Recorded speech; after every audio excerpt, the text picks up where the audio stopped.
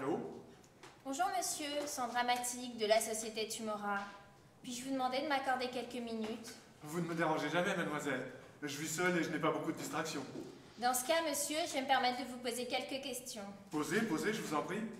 Tout d'abord, avez-vous déjà entendu parler de la société Tumora? Oh, sûrement. Je connais à peu près toutes les entreprises qui font du démarchage téléphonique. Tumora, vous dites? Comme Tumora comme client? Tumora à l'usure? C'est cela, monsieur, la société Tumora.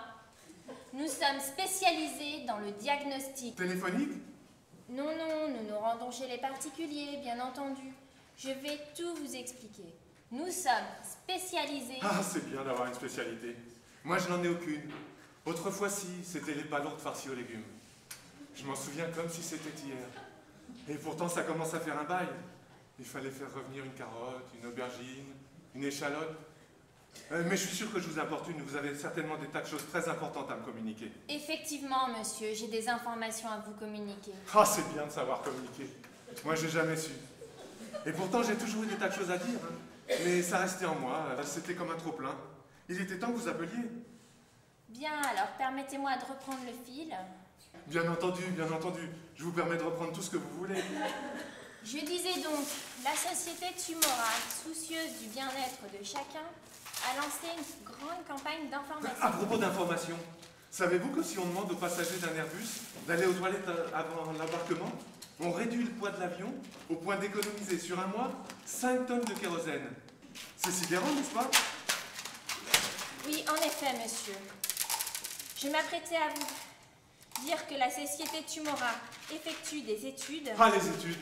Ah, si j'avais pu faire des études, moi aussi. Je suis sûr que ma vie aurait été bien différente. J'aurais pu être paléontologue ou physicien. Tiens, savez-vous combien il arrive de neutrinos de l'espace sur chaque centimètre carré terrestre à chaque seconde? Non? Vous n'avez pas une petite idée? 65 milliards! Incroyable, non? Et nous en produisons tous. Les étoiles en produisent, les centrales nucléaires, bien sûr, mais nous aussi. Vous saviez que le corona était radioactif, mademoiselle? Non, monsieur. Si vous le voulez bien, je vais revenir au sujet qui nous préoccupe. Oh oui, revenez. Revenez où vous voulez, quand vous voulez. À propos de revenir, savez-vous que certaines personnes sont persuadées que la science pourra bientôt ressusciter les morts? Aux États-Unis ou en Russie, on peut faire congeler son cerveau dans l'azote pour 10 ou 20 000 $. Bien, alors je vais essayer d'avancer. Oh oui, avancez, avancez, puisque vous avez la chance de pouvoir le faire. Vous vous rendez compte que cet été, les automobilistes chinois sont restés bloqués dans un embouteillage pendant 10 jours? Vous voyez, vous, 10 jours coincés dans une voiture? Monsieur, si vous m'interrompez tout le temps, je ne vais jamais y arriver! Non, c'est faux, Sandra. J'ai très envie de savoir ce que vous avez à m'apprendre. Mais j'ai tellement de choses à dire, moi aussi. J'arrive pas à vous contrôler. C'est plus fort que moi. Mais si vous voulez, je peux rappeler plus tard! Oh non, surtout pas. Pas maintenant. Nous n'avons même pas le temps de faire connaissance.